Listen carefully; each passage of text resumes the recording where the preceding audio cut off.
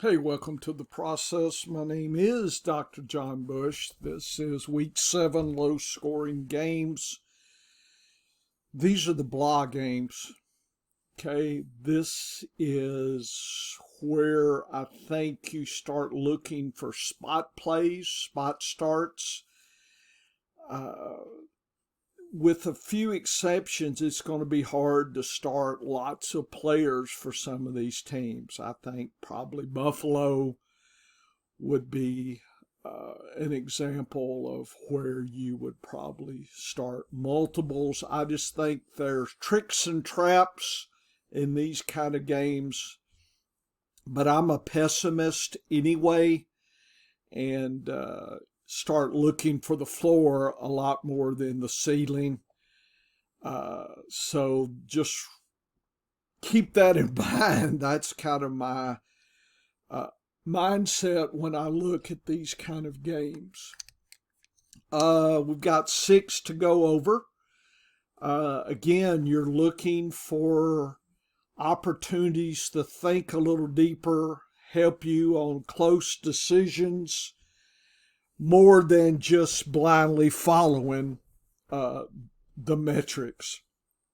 And this is just to help you kind of put the landscape together to enhance thinking about your lineups and last minute pickups and these kind of things, daily fantasy,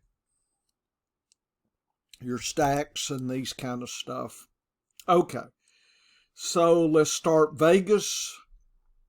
Chicago 22-16. Las Vegas is expected to win by 3 points-ish. 37.5. I don't know if that line's changed much. You can check that. But it pretty much, I would be surprised if it's dramatically different. We've got a lot of new quarterbacks here. That always adds to lots of uncertainty for us, which is interesting because Chicago, if you look at the next block of material, this is your defense against position. Chicago against the above average easy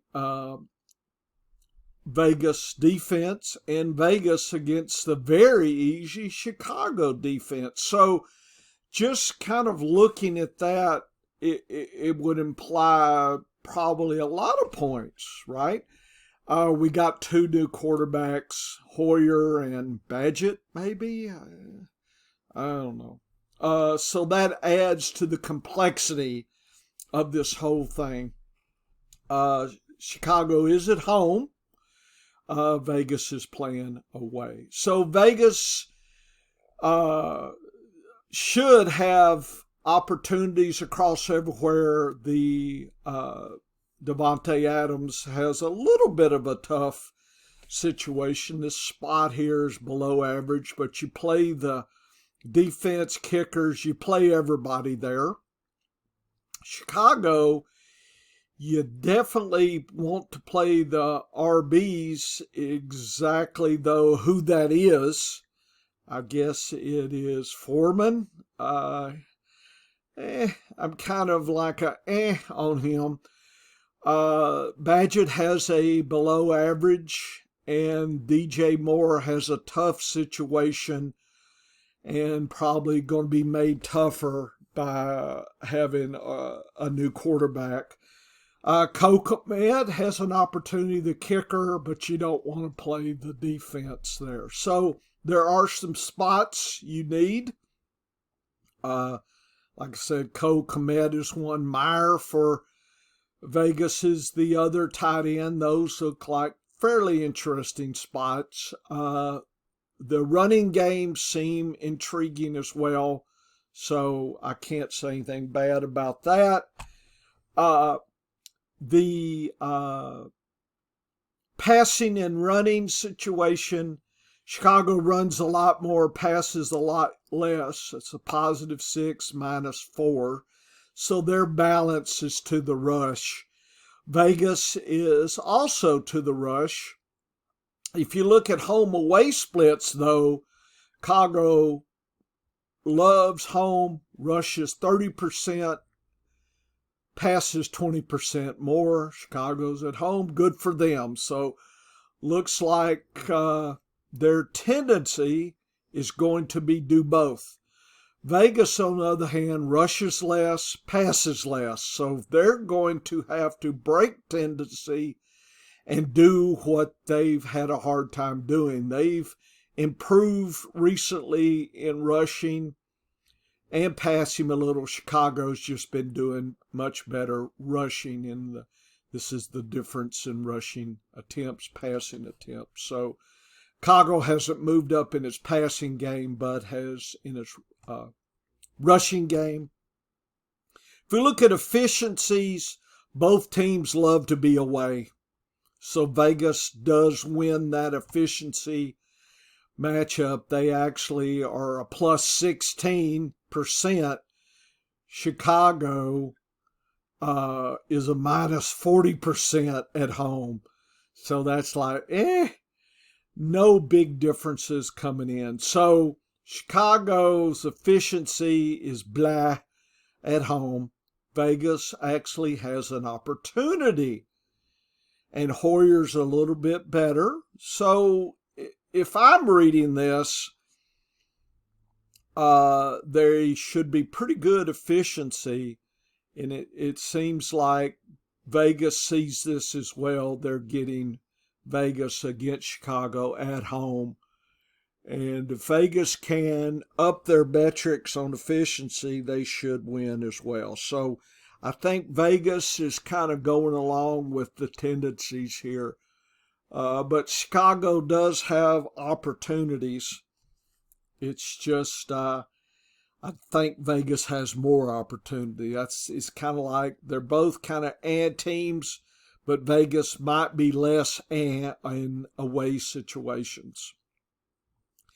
Snaps, it's all about Jacobs. Myers been coming on late. I'm actually picking him up in a few places.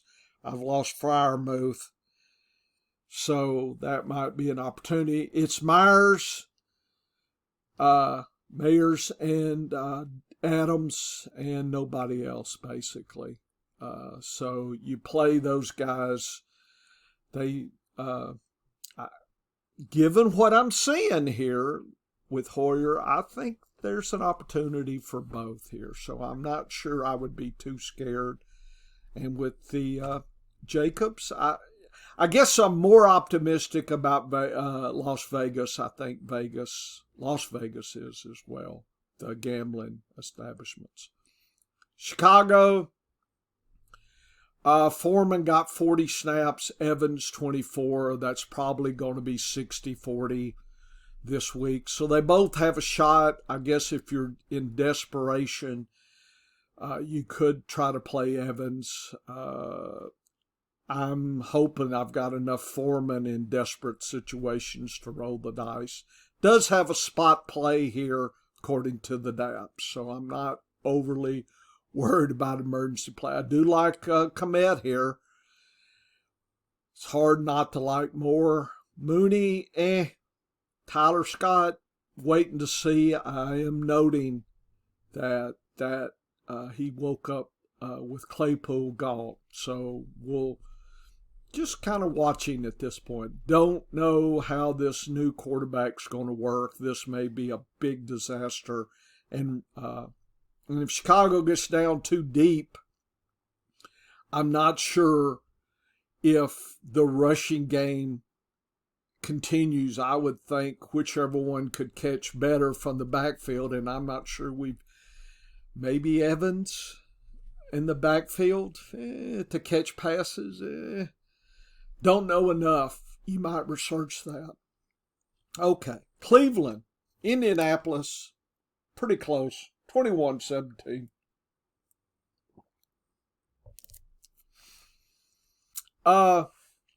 Vegas thinks Cleveland wins by 2 points, 38 points. With Cleveland DAPS, Cleveland's playing away, but Indianapolis has easy situations for them. So Cleveland should have it all their way, except don't play the Cleveland D. But the quarterback and the tight end How about that as an opportunity, spot opportunity? Indianapolis, on the other hand, look at this. Goodness, Cleveland has been the toughest defense. Extra tough. Tough, extra tough, below average. They have a little hope with their tight ends. Okay? A little hope. Don't want to play the kicker. But believe it or not, Indianapolis D does get sacks and takeaways, surprisingly. So they could be a desperation streaming defense here, because Cleveland's not the top team by any means. Run pass, Cleveland runs. Indianapolis tends to pass a little more. Home away splits, Cleveland's away, so they would rush a little heavy and actually pass a little more. So Cleveland rushes and passes more away than they do at home, which is interesting. So the DAPS and the tendency play together. Cleveland's rushing has gone down recently. Passing is Indianapolis rushes at home, folks. And I just don't think that's going to work. And they don't pass. They're going to have to go against tendency with a new quarterback. 17 may be a gift here. They're going to have to fight their tendency. Efficiency, Cleveland's more efficient at home, so they're a minus 17 away, so they're not overly efficient away. Indianapolis, it doesn't matter. Indianapolis has declined a little bit in efficiency. Cleveland's been on point, about average. So the thing that jumps out to me is Indianapolis is going to have to break trends and their tendencies against the toughest defense. And I'm just not seeing it here. Any snaps, Ford, you got to play, but Hunt jumped in. So that muddles the water if you're a Ford owner. Sorry. I guess you play both in a tough situation this week, but they should have some opportunities. Njoku, the DAPS say play him all day long, folks. He has a spot start. So look for Njoku. Underwhelmed by all the wide receivers. Cooper has back class, so you think he would be the lead. He got a few more snaps, so I guess he's a spot start, but, that's how I'd play that. Zach Moss and Taylor fighting for scraps. I think Taylor has the opportunity. I think he can catch more out of the backfield. This game script may favor him 60-40 over Moss. If they make it to the red zone, maybe Moss gets the call. In desperate times, you'll play both. I think Grayson's out. So Ogletree is the daily fantasy surprise start against Cleveland. Below average, tough, but still, of everything else. Pittman, hard not to play him, but I'm not sure I'd invest in Pierce or Downs. I know Downs has been getting some juice, but that's with the old quarterbacks. We got a new show in town. I have no clue how this is going to work. I probably, at best, would play Pittman, but not rushing him in. Okay. Washington Giants, another one of these blah games. These games that are so close, it could be just the last team standing the last 2 minutes can win the game, maybe. Washington is favored Giants 2 points over the Giants, folks. I don't know what to think about that. I would have thought Howell would have been better, but I think the Giants surprisingly have had a tougher D than it's just their offense has been suckful. So 40 points low. The DAPS say the Giants, you get an easy situation for passing and the tight ends. So Waller should walk back up, play the kicker, play the D. Believe it or not, play the D. How about that? Because of Washington. Barkley, I think he can do okay against a tough D. So I'm not worried about him. Washington, Logan Thomas, spot start, kicker, and D as well, you want to play. So it looks like Vegas thinks it's a comedy of errors here, that both these teams are going to give away fumbles, catches, sacks. So it looks like the defense is the best play of your daily fantasy here. I do like the tight ends of both, though. So that implies short passing, kind of red zone, hope they get in. And kicking seems to be inefficient. So a lot of almost theirs gives the kickers an opportunity. That's how I'm reading this. And I think Vegas, their Ouija board, Magic 8 Ball says that. Giants run, pass, Washington passes, doesn't run. And that is interesting, given I think they have some opportunities to rush, but not today. Home away splits. Giants pass less home versus away, but they rush more. So I think the Giants will come out using Barkley early and often, and they've been improving with Barkley back in. So Vegas, I think, sees the rushing game and then passing when they need to, and somebody like Darrell Waller might get an opportunity in the red zone. So that doesn't seem to be a high-flying aerial circus from the Giants. More of a slow and steady point gathering that would lead to a low-scoring game. Washington away loves to rush. 30% rush increase in away games. Passing goes down by 8%. So I'm thinking Brian Robinson and Gibson get a 1-2 punch. Might be in your daily fantasy. Maybe there's some meat there. I don't know. But they have been increasing recently with Curtis Samuel in passing. Giants and Washington love their away. Washington is away, so the Giants are playing against tendencies here. The Giants are just sucky across all the metrics. Washington gets a little juice away, and they've improved about 9% in efficiency. So Washington, I think, gets the nod because they're playing 2 form, 2 efficiency, and I think the rushing game sounds like it's elevated in both situations, and Vegas is thinking a lot more rushing and less passing.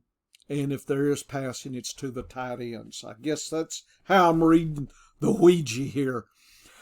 Giants, Barkley's back. Hooray. Waller, I still think that's the show. People are squawking about Wan'Dale Robinson.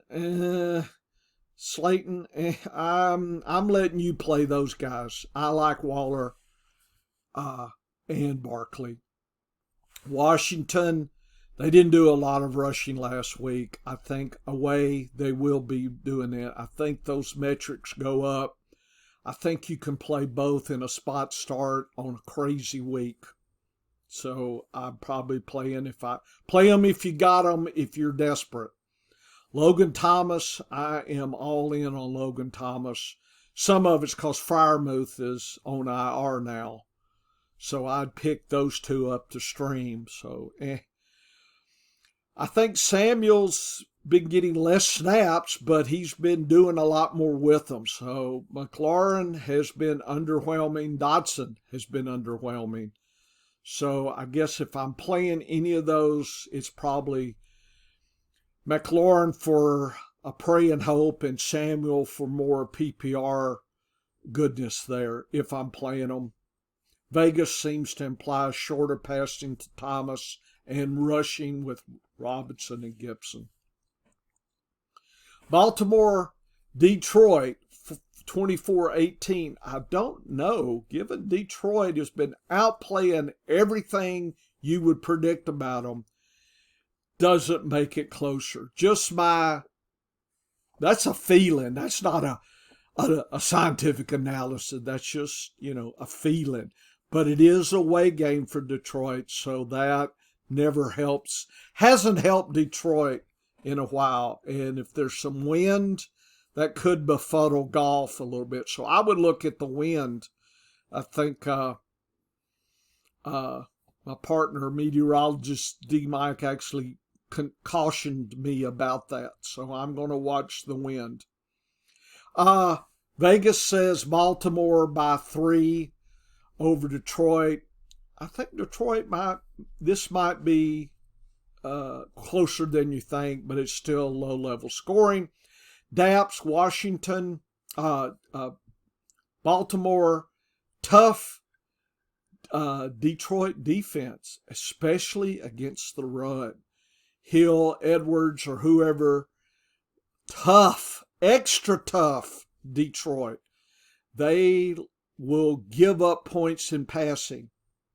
So it's really a skewed kind of defense.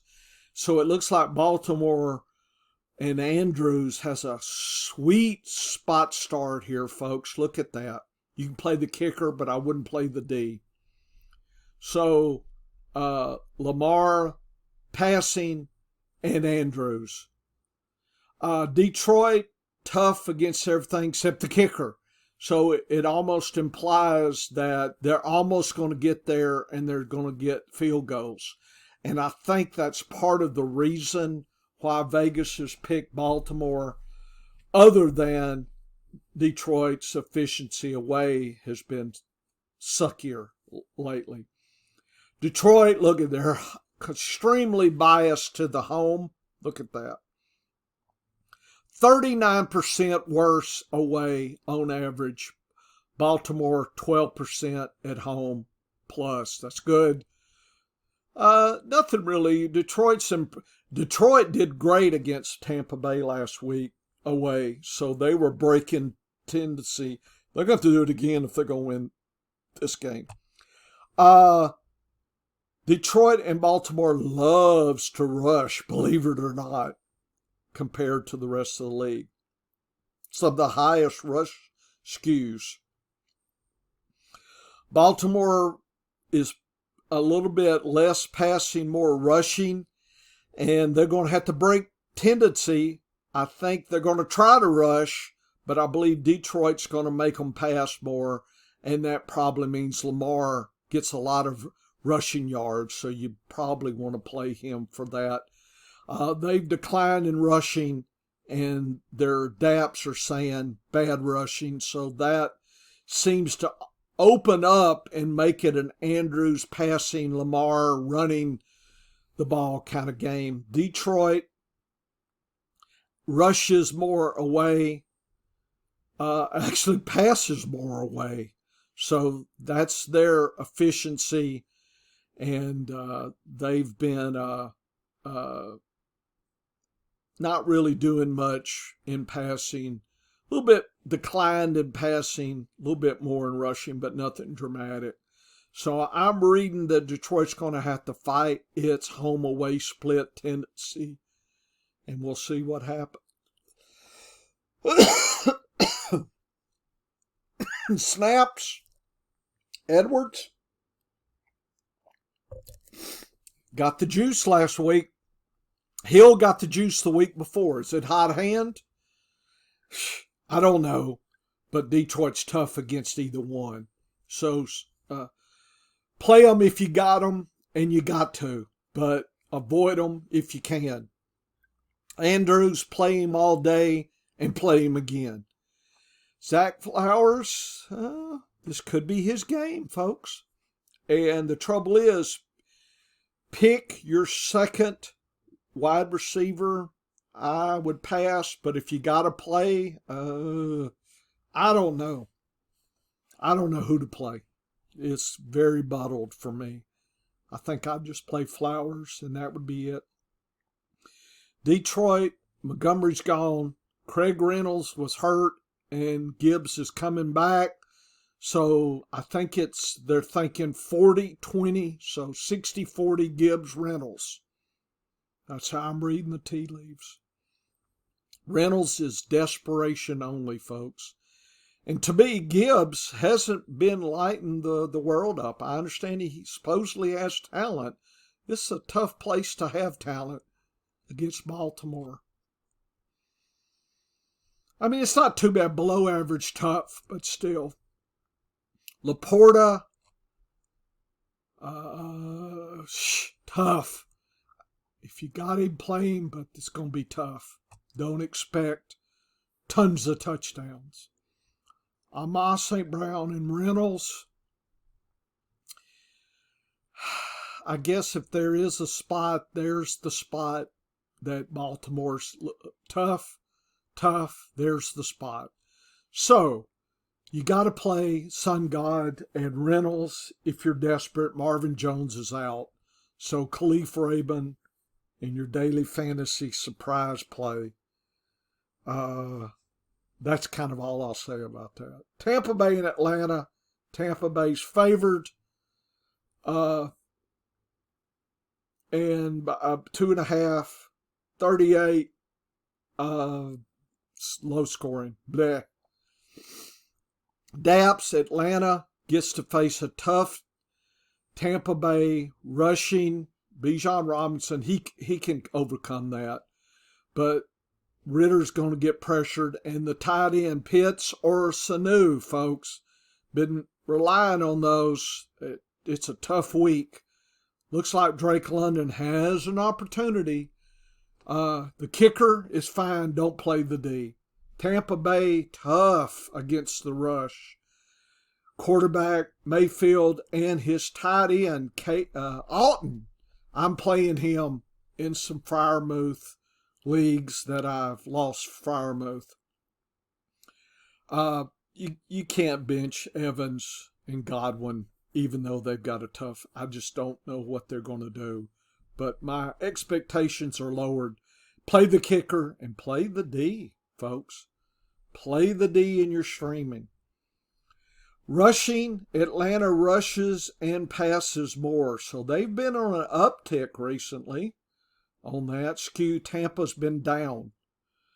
Atlanta at home loves rushing and passing this, but away they don't like to rush as much. So Bijan may get more catches out of the backfield if they want to use him. So it seems to be, does that mean a Drake London game? They've been increasing in passing recently. Tampa Bay's been okay in passing, a little bit low, but the rushing has been declining. And that's fine because Tampa Bay faces a tough rushing anyway. Efficiency, home-away splits. Atlanta loves home. They're away, folks. That's not good for them. Tampa Bay loves away, but their home splits is minus 24% at home. So that's not good either. So Atlanta's declined in efficiency in the last 3 games. Tampa Bay's been fine. So it is a muddled mess of metrics. Hey, I think I just invented a muddled mess of metrics. I'm going to have to tell D-Mike about that. Muddled mess of metrics. Yes. Sound like something from a TV show that I used to watch. Muddled mess of metrics. I think Vegas sees the muddle as well. They think Tampa Bay gets it done. Maybe. Alden? Maybe. That's the sweetest spot I see. Atlanta, Bijan's the show. Alger just hadn't been keeping up with him. That's weird. Ertz. Forget Ertz. I don't know why I got Ertz instead of... I must have grabbed the wrong thing. I'm sorry. Sanu and Pitts have been pretty much 1-2. And Atlanta is Drake London. That's it. Tampa Bay, Rashid White, bleh. Vaughn, bleh. Alton, there you go, right there. Got to play Edmonds and Godwin, but I'm underwhelmed by those guys. Buffalo, New England, 29-12. So Vegas says Buffalo does as they please because New England can't. 8-point favorite, could be more. This game shapes up that Buffalo just marches all over.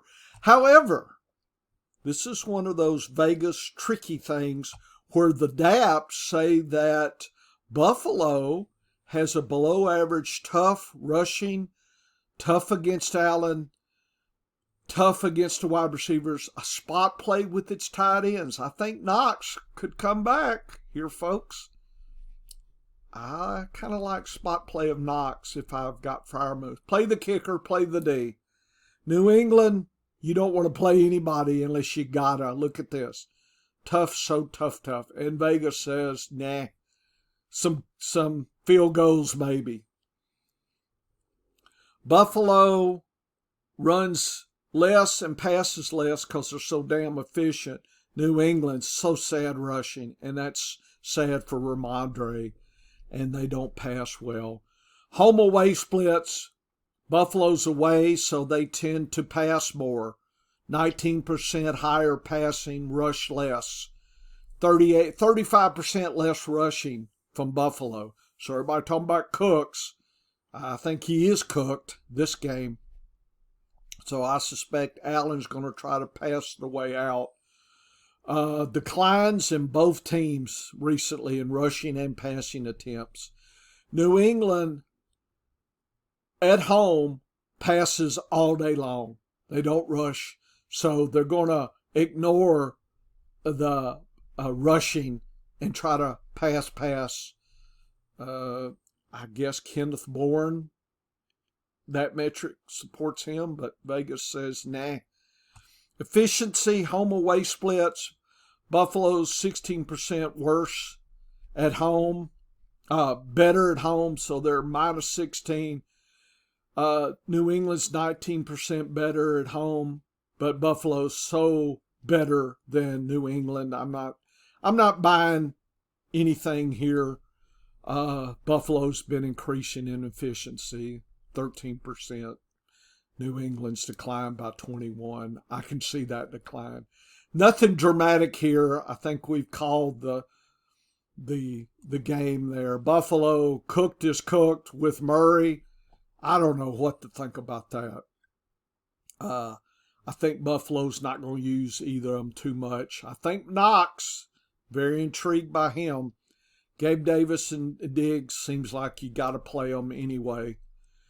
And Ramondre for New England, I hope he comes. I mean, he bounced back last week, but he hadn't done anything. So I'm hoping that somehow he catches enough out of the backfield because they're going to be passing all day long. Henry, Gesicki, they're cutting each other's throats.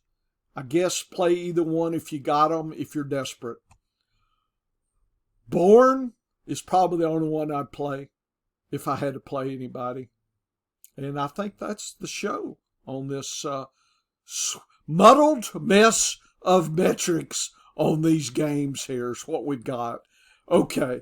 Hope you enjoyed my Week 7 deeper thinking. I tried something new this week to get a little deeper. I don't know if people will appreciate it or not. You know, you don't get any feedback in this game. So by me verbalizing this, I actually help myself in daily fantasy and things that I'm thinking about. Good luck, Week 7. It's Bamageddon. What can I say?